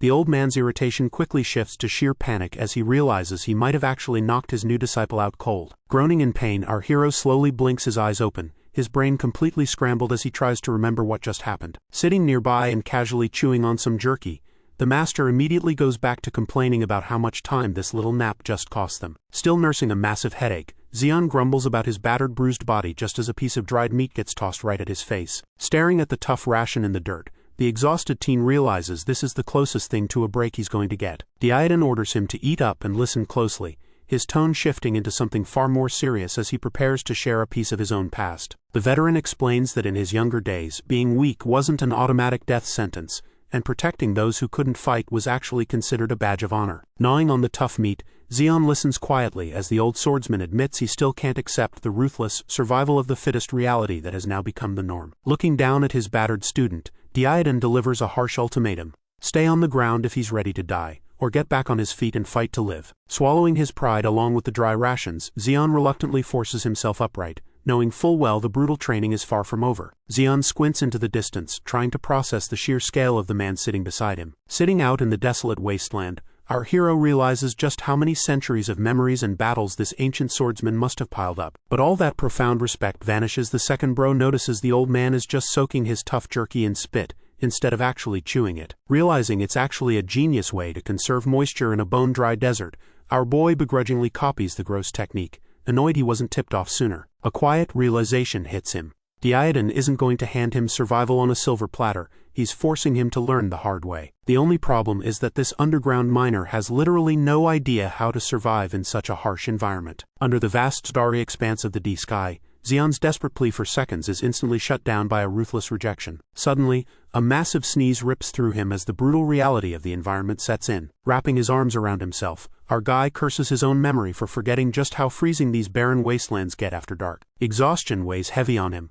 mostly because he spent the entire night wide awake listening to this absolute lunatic having a full-blown conversation with his giant sword. Parched beyond belief, Xion's complaints die in his throat when he spots the master casually wringing fresh water out of a twisted rag straight into his mouth. Pure frustration boils over as our hero glares daggers at the old man, furious that Diodan is hoarding the only hydration without sharing the secret. Finally connecting the dots that the master used his spread-out cloak to catch morning dew, Bro resorts to desperately licking his own damp sleeves for a single drop of moisture. Swearing silent vengeance and promising to pay the geezer back once he levels up, his internal monologue is abruptly cut short by Diodan calling him out. Furious at the insult, Xion snaps back, but Diodan completely ignores the outburst, his expression turning dead serious as he asks if his student can sense the approaching threat. Xian freezes, completely baffled by Diodan's sudden warning. But then the ground beneath his boots starts to tremble. A cold sweat breaks out as he realizes the tremors aren't coming from just one direction. Out of the darkness, dozens of glowing red eyes surround them, cutting off every possible escape route. Diodan casually identifies the beasts as great horned hyenas, a nocturnal pack hunting right at dawn. Instead of drawing his blade, the old master mocks his new disciple, asking if he needs saving again. With a vicious snarl, the monstrous pack lunges forward to tear them apart. Flashing a confident grin, Xian rejects the offer entirely. Throwing his arms wide, our hero declares he's going to survive this hellhole on his own terms. Channeling every ounce of his newly awakened mana, he weaves the sand around his fingertips. Massive spikes of hardened earth erupt from the ground, violently launching the charging beasts into the air. His eyes glow with raw power as he pushes his limits further than ever before. Towering pillars of rock tear through the battlefield, impaling the monsters without mercy. Yet the victory is short-lived as more hyenas pour in, leaving him screaming in pure frustration at their endless numbers. Clutching his chest in exhaustion, Xian realizes his mana is draining too fast. He needs a strategy right now, or he's dead meat. Staring down a massive horde of glowing red eyes, Xian quickly realizes that raw power won't save him here. He needs absolute efficiency and strict mana management to survive. Our boy focuses on the sand swirling in his palm, desperately racking his brain for a way to stretch his limited energy. But before he can finalize a plan, a horned beast lunges straight at his blind spot. Furious at the interruption, our hero slams his fist into the monster's face, screaming at the cowardly mutt for breaking his concentration. Glancing down at his arm, Bro winces at a fresh puncture wound left by the beast's teeth, muttering about the new hole in his flesh. Watching the dark blood drip from the injury, a sudden twisted epiphany hits him. The rest of the pack refuses to give him breathing room, charging forward in a terrifying wave of claws and fangs. Standing perfectly still against the overwhelming tide of monsters, Xian doesn't even flinch. His strategy finally clicks into place. He doesn't need to completely obliterate his enemies, he just needs to punch a single hole through them. Flashing a sinister grin, Xian unleashes a barrage of concentrated sand spikes from his fingertips, effortlessly impaling multiple hyenas at once. Throwing his head back in manic laughter, our boy revels in the brutal efficiency of his new technique. Realizing a pierced brain is just as dead as an exploded one. Surrounded by the remaining beasts, he anchors his focus, fully understanding that wasting mana in a battle is a guaranteed death sentence. Tearing through the leaping monsters with surgical precision, Xian maximizes his lethality while keeping his energy costs at rock bottom. Just as he thinks he's mastered the art of efficiency, a booming familiar laugh echoes across the battlefield and completely shatters his focus. We cut over to Diodan, who is casually letting a massive hyena gnaw on his armored arm, mocking the ferocious beast for barely even tickling him. Tiring of the pathetic nibbling, the armored powerhouse violently snatches the beast by its throat, roaring at the overgrown mutt with explosive aggression. Right beside him, Diodan stands surrounded by the pack, laughing like a maniac as he readies his massive weapon. Seeing that unhinged grin, Xian panics. He knows exactly what's coming next. With a furious roar, the veteran warrior unleashes his full, terrifying power. A devastating shockwave obliterates the battlefield, tearing the very earth apart in a storm of red energy. Caught dead in the crossfire, Xian screams as he creates a sand wall to defend against the sheer impact of the attack, while the monster hurls through the air like a ragdoll. Sweating bullets, our hero is absolutely appalled, unable to believe this crazy old geezer just unleashed a literal nuke without giving a single damn about collateral damage. When the smoke finally clears, a colossal jagged fissure scars the landscape, proving just how monstrous that strike really was. Standing amidst the shredded remains of the pack, an onlooker can barely comprehend how anyone could pull off that level of destruction without even activating a skill. Realizing he needs to lay low before he gets himself killed, the young man tries to hide, only to freeze when a vicious bark echoes right behind him. Meanwhile, the old man casually takes a seat right on top of the struggling alpha female, annoyed that the pack leader is making such a pathetic fuss. Suddenly, the victory lap is cut short when an enormous crackling energy looms over him, radiating pure hostility. For the first time, the veteran breaks a sweat. Realizing this new monstrosity is projecting a force field, marking it as a deadly B-rank threat or higher. Dwarfed by the colossal wolf beast and its blinding white lightning, the old warrior suddenly finds himself staring down an overwhelming force. Desperate, Xian screams out a warning to Diodan, terrified that this might actually be the end. Diodan doesn't even flinch as the beast's raw lightning crackles straight into his bare hand. Xian just stands there, his brain completely short-circuiting at the impossible sight. The old swordsman actually sits down, treating a lethal energy blast like a deep tissue massage. But the relaxation ends fast. Diodan's eyes glow crimson as he decides playtime is over. With a single devastating punch, he obliterates the massive creature, pinning him down in the dirt. Our boy wisely decides to protect his own mental health by completely ignoring the horrific splatter behind him. Turning back with a massive horn in hand, Diodan seems genuinely surprised his new disciple is still breathing. He casually explains that the great horned hyena's loot carries innate lightning properties, perfect for forging a high-tier weapon. Out of nowhere, a blade whizzes right past Zeon's ear, slicing through the air before he can even blink. The veteran lays down the new law. From this moment on, the kid is hunting for his own meals. Tossing out a quick survival tip, the master notes that while the beast's muscle is highly toxic, the flank meat is perfectly safe. Before Zeon can fully process the lesson, the old man barks at him to get moving before dawn breaks. A vast, unforgiving desert stretches out before them, bathed in the harsh light of the rising sun. Despite the brutal conditions, our hero is actually in high spirits, happily munching on his newly acquired rations. Zeon's makeshift bag is absolutely stuffed with dried meat, giving him a rare moment of genuine satisfaction. Throw in his newly activated sand step skill, and bro is literally gliding across the treacherous dunes with glowing boots, making this brutal trek feel like an absolute breeze. Feeling pretty good about himself, our boy can't resist poking fun at Diodan, teasing the old master about his age. Annoyed, Diodan unleashes a swift punch to shut him up, but this guy effortlessly slips past the strike, sticking his tongue out and loudly bragging about his flawless evasion. But that overconfidence is short-lived, and Zeon quickly finds himself face-planted in the dirt while Diodan grumbles about his inflated ego. Spitting out a mouthful of grit, our hero whines about his punishment, reminding the old man that they're both dying of thirst out here. Suddenly, Zeon stops mid-complaint, his enhanced senses picking up a faint trace of moisture in the dry air. Zeon thinks his mind is playing tricks on him, until he notices Diodan staring intently in the exact same direction. Scrambling up the nearest dune, the two of them gaze toward the glowing horizon, hoping against hope that the rumors are true. Just beyond the ridge, the harsh desert landscape begins to shift. Cresting the peak, both master and student freeze as they take in the sight below. Zeon's face lights up with pure, unadulterated joy. It's not a mirage. Nestled right in the middle of the scorching sands is a massive, crystal-clear oasis. Without a second thought, bro practically surfs down the slope, desperate for his first drink of water in days. Diodan just clicks his tongue, watching his reckless apprentice charge ahead without checking for danger. Ignoring any potential threats, Zeon sprints the final stretch, completely consumed by the promise of hydration. Plunging face first into the oasis, Zeon finally gets a taste of heaven. The cool liquid soaks into his battered body, washing away the brutal desert heat. Our boy just lies there at the edge of the pool, letting the freezing relief seep into his bones after days of 50-degree torture. But mid-celebration, his eyes snap wide open beneath the surface. Deep in the murky depths, a strange warm light pulses like a beacon. Staring into the glow, a heavy wave of unnatural exhaustion suddenly washes over him. A furious scream shatters the hypnotic trance, ordering the idiot to wake up. Diodan comes sprinting down the sand dune like an absolute madman, panic written all over his face. Still dipping his face in the water, our boy ignores all the shout by Diodan. He has no idea that a colossal, terrifying anglerfish beast is lurking just inches beneath him, using that warm light as bait. Before the jaws can snap shut, a heavy gauntlet violently yanks his collar. Massive waves erupt as the monstrous predator lunges forward, missing its prey by a hair thanks to the swordsman's quick reflexes. Thrown clear of the strike zone, bro hits the sand, completely horrified by the nightmare that almost swallowed him whole. Without missing a beat,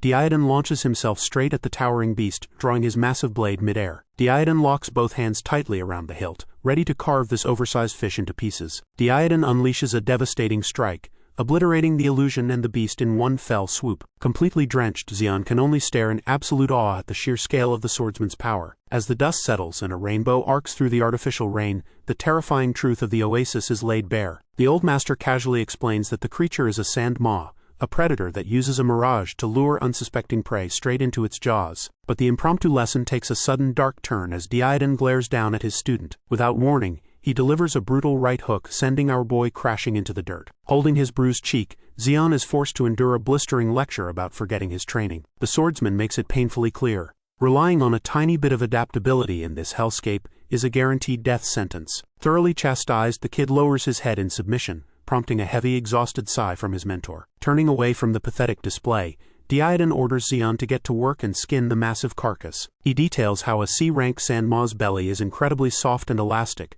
making it the perfect material to craft a protective robe. Missing the point entirely, our hero innocently asks if the old man needs a new outfit, pushing Diodan's patience past its absolute limit. Grabbing the boy by the collar, the master explodes, screaming that the robe is for Zeon and questioning if someone cast a corrosion spell on his brain. With his eardrums practically bleeding from the sheer volume of the rant, Zeon manages a weak, awkward apology. Calming down slightly, Diodan gestures to the massive corpse, noting that despite its monstrous mutations, the beast shares a striking resemblance to the fish of old Earth. Diodan casually mentions that this colossal desert monster is actually just a fish. Zeon's brain short-circuits trying to process that absurd piece of trivia. Without missing a beat, Zeon plunges his dagger straight into the beast's thick hide, while he mutters about how terrifying fish really are. Watching the eccentric swordsman gleefully hack away while joking about giving the dead beast a back scratch is just too much for our hero, who frantically screams at him to stop so he can handle the butchering himself. Standing before the massive carcass, our boy quickly realizes standard tools aren't going to pierce that armor. Gripping the hilt with both hands, he focuses his energy, determined to make this work. By infusing raw mana directly into the metal, he drastically sharpens its cutting power. He carefully carves down a piece of the monster's fin, shaping it into a makeshift needle. Pulling a tough tendon from the flesh, he threads it perfectly to use as heavy-duty stitching wire. For a second, a spark of pure inspiration lights up his eyes as the plan comes together. But reality hits hard.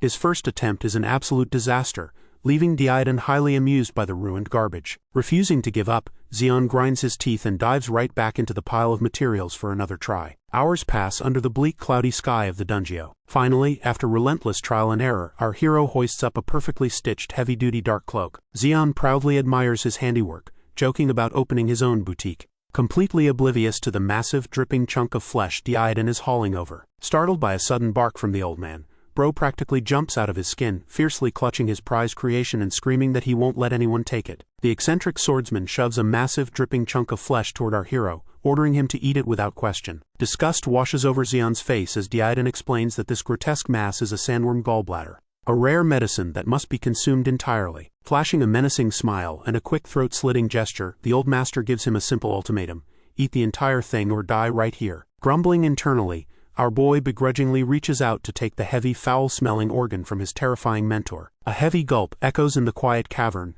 as he braces himself for the worst culinary experience of his life. Choosing a bitter meal over a brutal beating, Xion chomps down aggressively on the fleshy mass. But as he chews, a wave of sheer confusion replaces his initial revulsion. Instead of a dense meal, the texture is completely bizarre. Light as a cloud, melting away instantly without filling his stomach at all. Relieved by the strange consistency, he quickly polishes off the last bite, completely unaware of what's coming next. Sitting calmly by the fire, Diodan casually drops a terrifying warning: it's time for his student to burn to death. Before Xion can even process the threat, a searing, fiery pattern erupts right across his chest. Agonizing screams tear from his throat as thick smoke begins pouring directly off his skin. Clutching his neck in sheer panic, he realizes this isn't just normal heat. Something inside him is boiling alive. Xion's entire mana circuit goes completely berserk, radiating a blinding red glow as he feels like a miniature sun is trying to tear its way out of his stomach. While Xion screams his lungs out, Diodan just sits there, coldly telling him to endure the agony. Instead of helping, the old man stares into the fire, casually philosophizing about the fleeting nature of the oasis. He notes how even in this desolate place, the colossal sandworms find a way to be reborn. But Xion isn't exactly in the mood for a poetry reading, thrashing wildly as the pain tears through him. Smoke literally rises from his skin as he begs for his life, desperate for the master to stop the torment. Diodan just glances back, completely unfazed by the agonizing display. The sheer absurdity of the situation boils over into a screaming match, with the swordsman bluntly telling his student to shut up so he can sleep. Sometime later, our hero finally regains consciousness, his vision blurry as he reaches out across the unfamiliar sand. And the first thing he sees is Diodan's grinning face hovering upside down right above him. Xion scrambles backward in pure panic, nearly having a heart attack from the sudden jump scare. Brushing off the dirt, he glares at the old man, making it clear he didn't sleep. He passed out from the sheer torture. Ignoring the attitude, Diodan simply asks the boy to take a good look at his own physical state. At first glance, everything seems normal, until Xion clenches his fist and feels an undeniable shift. His muscles are suddenly dense as steel wire, and deep inside his chest a massive storm of mana is violently swirling. Standing amidst the shifting grains, Xion stares at his hands in absolute awe, struggling to comprehend the monstrous power he just awakened. Diodan finally reveals the secret behind Xion's sudden growth spurt.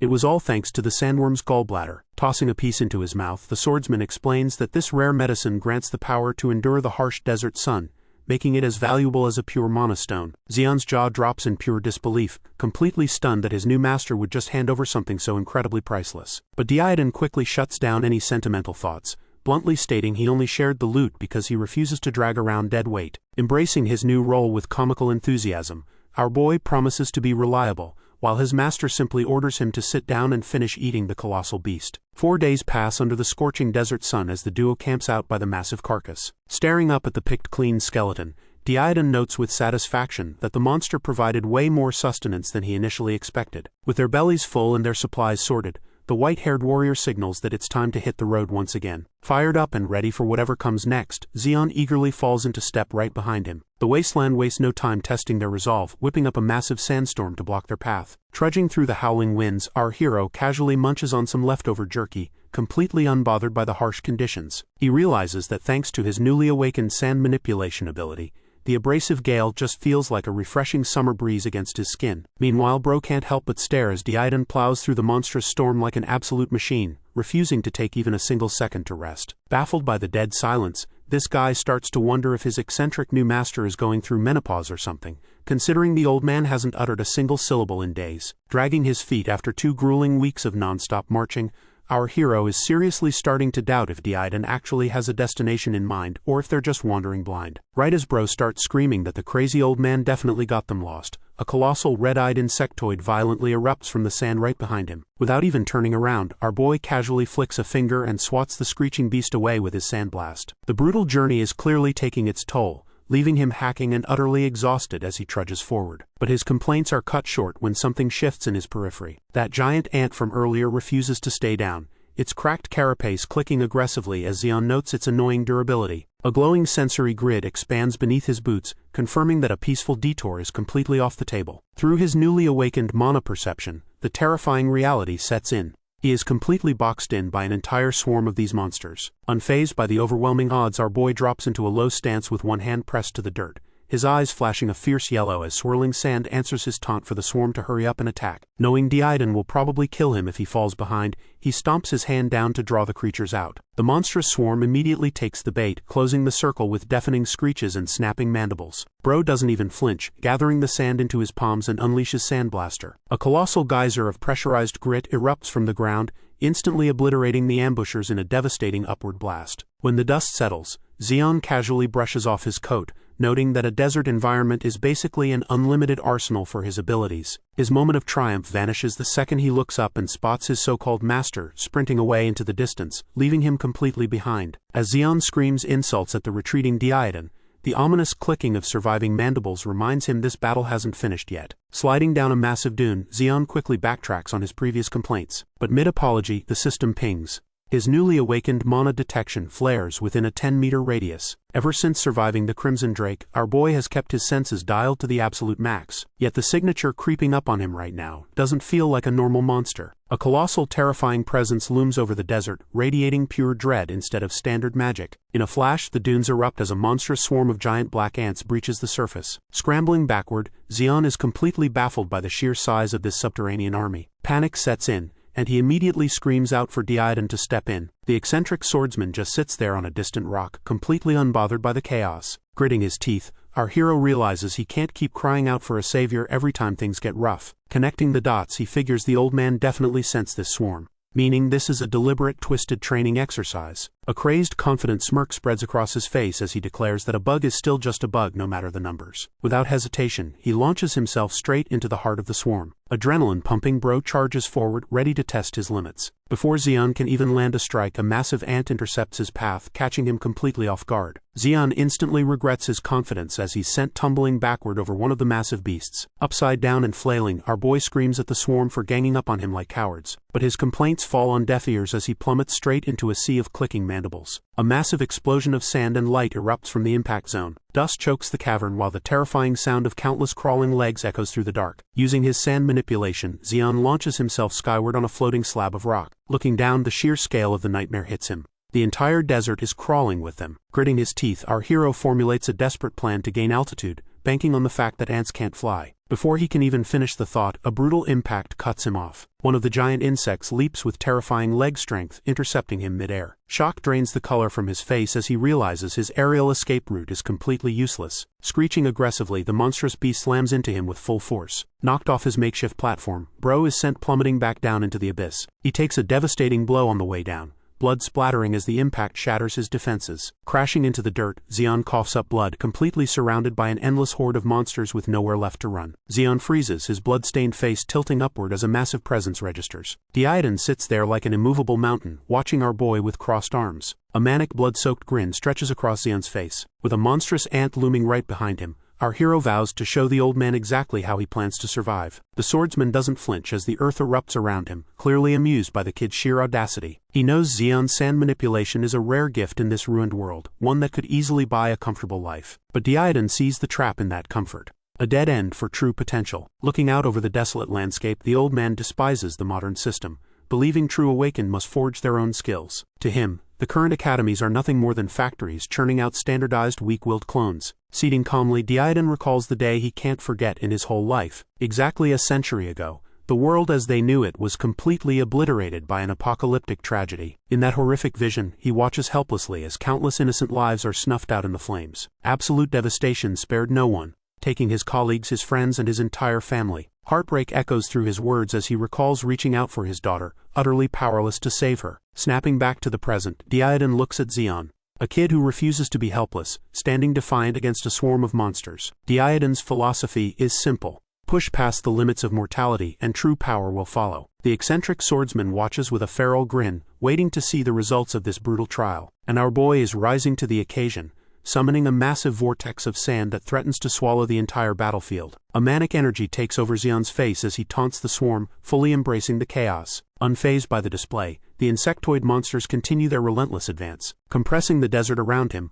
our hero forms an ultra-high-pressure sand missile, combining gravity and wind into one lethal package. With a single motion, he unleashes the devastating barrage. Those projectiles crash into the horde with earth-shattering force. Massive shockwaves of sand erupt across the wasteland, multiplying his raw destructive power tenfold. Zeon roars in absolute triumph, declaring the monsters finished. He stands amidst the swirling debris, gloating that their biggest mistake was letting him live long enough to grow this strong. Watching from the sidelines, Diodan just chuckles at the kid's explosive enthusiasm. As the dust begins to settle, Bro catches his breath, the sheer exertion of the attack finally catching up to him. What was once a swarming battlefield is now nothing but a desolate, cratered wasteland. Clenching his fist, Zeon lets out an unhinged laugh, completely intoxicated by the adrenaline of his own overwhelming strength. Zeon's gloating is cut brutally short when a massive dark appendage impales him right through the chest. The true nightmare reveals itself. A colossal insectoid beast that somehow bypassed all his heightened senses. Gripping the spike tearing through his flesh, Zeon realizes this isn't some high-tier stealth skill at work but a deadly poison. He deduces that the venom has been silently blocking his mana points,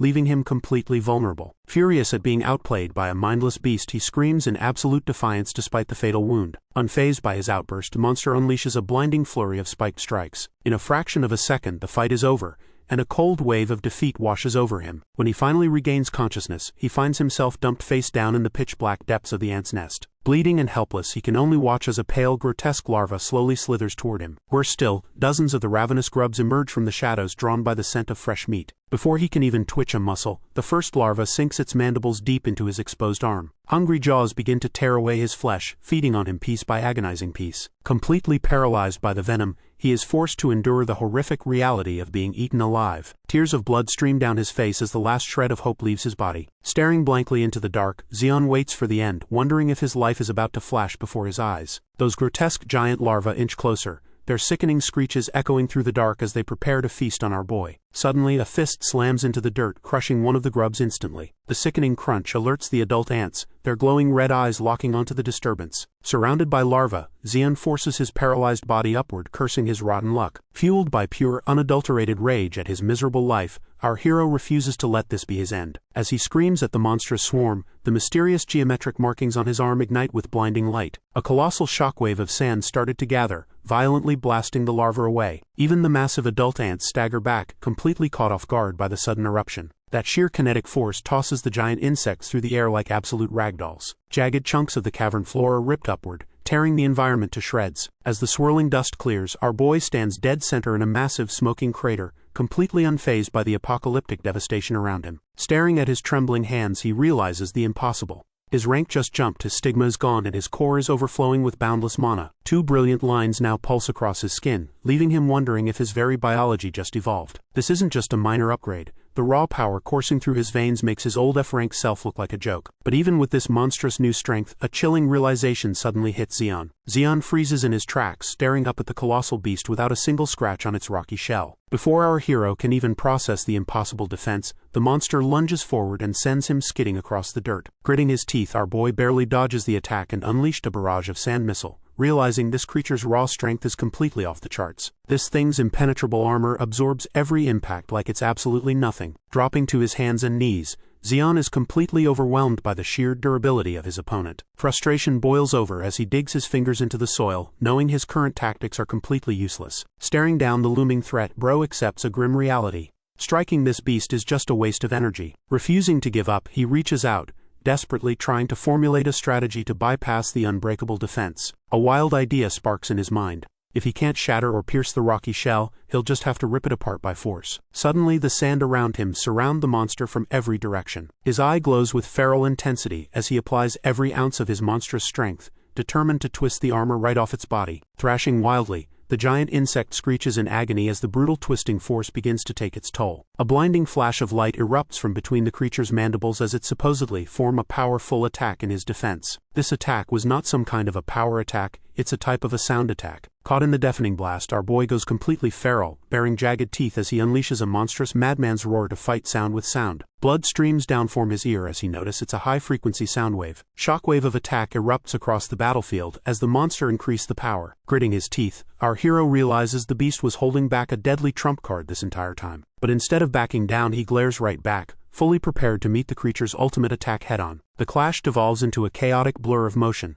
with both combatants throwing everything they have into one final desperate strike. Every shockwave threatens to tear the cavern apart as they trade devastating earth-shattering blows. Screaming through the immense pain, Xian unleashes every last ounce of his remaining strength to tear the monster apart. Then the explosive light fades, leaving our boy drifting through a dark void as gravity finally reclaims him. Consciousness slowly returns, bringing with it the agonizing realization that his muscles are completely unresponsive. Reaching a trembling hand upward, he curses the physical limits that have finally caught up to him. Frustration washes over him as his exhausted limbs give out entirely, sending him plummeting backward. Before he can hit the ground, a familiar armored arm catches him mid-fall, accompanied by a blunt insult about his frailty. Diodan looks down at his battered pupil with an amused smirk, playfully scolding the kid for trying to take a nap in a dungeon. A weak, relieved smile creeps across Xian's blood-stained face as he recognizes the eccentric old swordsman. Even half dead, Xian manages to crack a joke about leaving the final blow to his master, earning a hearty laugh and a rare shred of genuine praise from Diodan. Diodan stands over the slain C-rank Queen Ant, praising Xian for fighting back in the face of certain death. But our hero can only offer a weak smile, revealing that the brutal battle completely destroyed his eardrums. Annoyed by the inconvenience, the old master simply grabs him by the collar and starts dragging him across the cavern. Completely deaf to whatever Diodan is saying, the kid is left utterly confused about their sudden departure. They approach a massive crater in the ruins, where a strange glowing purple orb rests among the rubble. Xian stares at the bizarre object, his curiosity temporarily overriding his sheer exhaustion. He points at the glowing sphere, desperately trying to ask his master what they've stumbled upon. Since talking is off the table, Diodan uses sand to write a simple instruction on the wall. Eat the queen's egg, it's strawberry-flavored medicine. Reading the gruesome message, our boy is absolutely horrified at the thought of consuming raw monster spawn. Staring back at the pulsing purple orb, he questions if stomaching such a thing is even biologically possible. Hesitant, he asks the exhausted swordsman if this is going to make him violently ill like his last monster-eating experience. Diodan casually mentions that eating it will probably kill him. A fatal warning that falls on completely deaf ears. Figuring he has nothing left to lose, Xian leans in and gives the glowing egg a tentative lick. Having lived in the slums his whole life, he braces himself, admitting he doesn't even know what a strawberry is supposed to taste like. Instantly, Xian's face lights up with pure ecstasy. Turns out monster eggs are freaking delicious. Xian's moment of triumph shatters as a sickening sensation suddenly grips his stomach. Without warning, massive crimson spikes violently erupt from his torso, tearing through his flesh as he collapses in pure agony. This is the horrific reality of organ inversion. A brutal mutation where a person's intestines literally twist and turn themselves inside out. The glowing orb he just swallowed wasn't a prize at all, but a highly toxic queen ant's egg. Consuming even a fraction of it guarantees a slow, agonizing death as thorns pierce through every vital organ. Blood pouring from his mouth, our hero screams out in terror, demanding to know what the old man just fed him. But Diodan doesn't even flinch, casually picking his ear and telling the kid to get used to the pain if he wants to survive in this hellish world. Choking on his own blood, our boy is completely baffled by how anyone could possibly get used to their own body tearing itself apart. A violent fit of coughing racks his broken frame, forcing dark corrupted liquid up his throat. Staring at his trembling blood-soaked hand, the grim reality of his fatal mistake finally sets in. Drifting into a bitter memory, Xian flashes back to just moments ago when he sat by the fire, genuinely believing he had finally found a mentor he could trust. In that fleeting vision of safety, he thought his miserable life was turning around, only to realize he was nothing but a gullible fool for letting his guard down. Snapping back to the cold present, his body gives out completely, collapsing motionless into the dirt as the poison takes its toll. With the boy seemingly dead, the eccentric swordsman simply turns his back and walks over to the massive insect carcass. Showing zero remorse, Diodan violently plunges his bare hand straight into the dead monster's abdomen. Digging through the gore, he searches for the true reward of this brutal battle. He yanks out a glowing, slime-covered crystal, the true reward for all this bloodshed. A greedy grin spreads across the swordsman's face as he realizes this high-grade monostone is an absolute jackpot compared to the trash from the mines. Pragmatic as ever, he decides the giant ant's remains are too valuable to leave behind and prepares to harvest the rest. But right as he's packing up, a subtle shift in the air catches his attention from behind. His expression darkens as he quietly addresses an unseen companion. Our hero lies completely motionless, impaled on red spikes, while Diodan coldly rationalizes that the weak are simply fated to die. Without an ounce of hesitation, the eccentric master turns his back on the fallen boy. Walking away into the dark tunnel,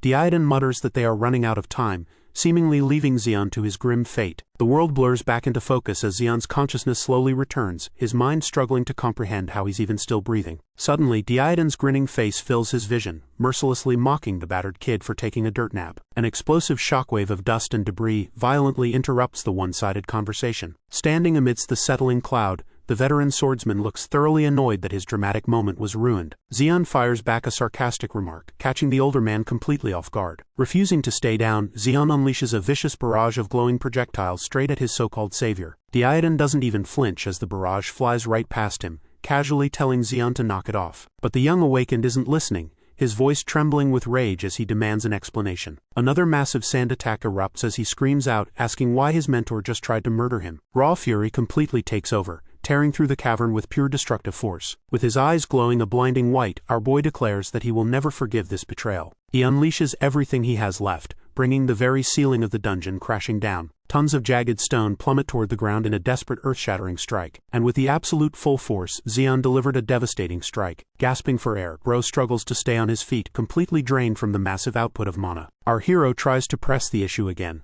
only to be cut off by a deeply annoyed sigh echoing through the dust. Standing completely unharmed amidst the rubble, Diodan scolds him for letting the ant egg's toxins mess with his brain. Xion is absolutely baffled. His ultimate attack didn't even leave a single scratch on the old monster. The eccentric swordsman drops some harsh logic. If he actually wanted his student dead, a simple flick of his finger would have done the job. That blunt truth hits the kid right in the chest, and he reluctantly admits the old man has a solid point. Pointing to the oozing mass, Diodan explains that while the queen ant's egg is a lethal venom, surviving it turns the substance into a divine medicine that completely purges all impurities from the body. Diodan explains the true purpose of the ant's egg. It wasn't just a snack, it was meant to flood Xion's empty core with raw mana. Looking down at his glowing hands, our boy realizes his mana capacity hasn't just increased. It's completely exploded. The sheer magnitude of the gift hits him all at once, and his eyes well up with sudden emotion. Without a second thought, Xion tackles the old swordsman into a tearful hug, sobbing out apologies for ever doubting his crazy methods. Diodan immediately tries to peel the crying kid off his armor, but Xion is too busy celebrating the fact that his shattered eardrums are fully healed. The legendary warrior grumbles about grown men crying like babies, demanding his personal space back. But beneath the annoyance, Diodan quietly acknowledges the truth to himself. While Xion wipes his face, thinking he's successfully buttered up his terrifying mentor, the older man's thoughts are far colder. He knows it was a massive gamble on a weak kid, and if Xion doesn't get strong fast, he'll be completely useless for what's coming. Suddenly, Diodan scoops our hero up under his arm like a sack of potatoes, cheerfully telling him not to forgive him just yet. Xion's brief moment of relief evaporates instantly as panic sets back in. A massive menacing grin spreads across the old man's face. Pointing straight up toward the cave ceiling, Diodan casually mentions that they're short on time and need to make a quick exit. Every instinct in Xion's body screams that this is going to hurt. Meanwhile, far above the subterranean chaos, two scorpions rest quietly on the vast desert surface. A massive pillar of force violently erupts from beneath the desert sands, shattering the quiet landscape. The eccentric swordsman, Diodan,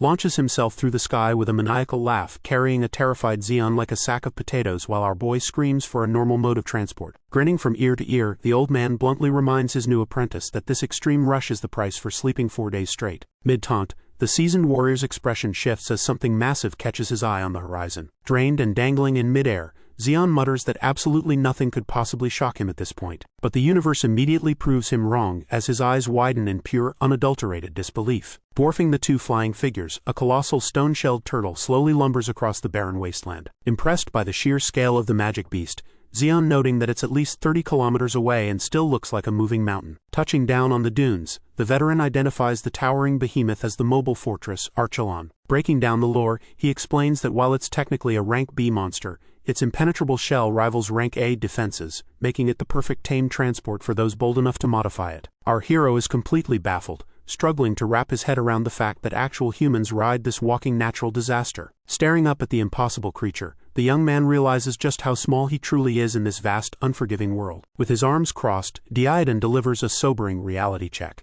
There are beings out there powerful enough to treat a beast like that as a mere beast of burden. Diodan commands his student to burn this awe-inspiring image into his memory, setting the benchmark for the perilous journey ahead. Suddenly, up high beneath a cloudy sky, a mysterious white-haired figure suddenly drops from the monster's back, signaling that their peaceful moment won't last long. The airborne stranger touches down with earth-shattering force, kicking up a blinding pillar of dust that forces Diodan and Zeon to shield their eyes. Through the settling sand, Diodan notes that the distance made it hard to be sure but recognize his target. Our boy is completely caught off guard, but his master quickly orders him to freeze. The haze clears to reveal an imposing elder sporting a monocle and a massive white beard, calmly greeting the veteran swordsman like a ghost from his past.